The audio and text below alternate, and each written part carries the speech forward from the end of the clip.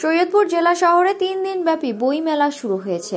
রুদ্রবার্তা প্রতিনিধি পাঠানো প্রতিবেদন ও ভিডিও চিত্র নিয়ে বিস্তারিত। শরীয়তপুরে শহীদ দিবস ও আন্তর্জাতিক মাতৃভাষা দিবস উপলক্ষে বই মেলার আয়োজন করেছে জেলা প্রশাসন। তারুণ্য উৎসব 2025-এর অংশ হিসেবে 12 ফেব্রুয়ারি থেকে শরীয়তপুর শিল্পকলা মাঠে বই মেলা শুরু হয়। মেলার উদ্বোধন করেন জেলা প্রশাসক মোহাম্মদ আশরাফুদ্দিন। 12 ফেব্রুয়ারি থেকে আগামী 14 ফেব্রুয়ারি পর্যন্ত এই 3 দিন ব্যাপী বই মেলা চলবে।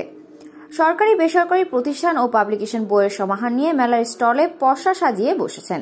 বিভিন্ন বয়সী দর্শক ও পাঠক মেলার স্টলসমূহ ঘুরে দেখেছেন এবং পছন্দের বই সংগ্রহ করছেন। বইমেলার উদ্বোধন শেষে জেলা প্রশাসক বলেন, ভাষার মাস উপলক্ষে এই বইমেলার আয়োজন করা হয়েছে। আমরা চাই একজন ছাত্র বই পড়ে একজন আদর্শ নাগরিক হয়ে নিজেকে গড়তে পারে।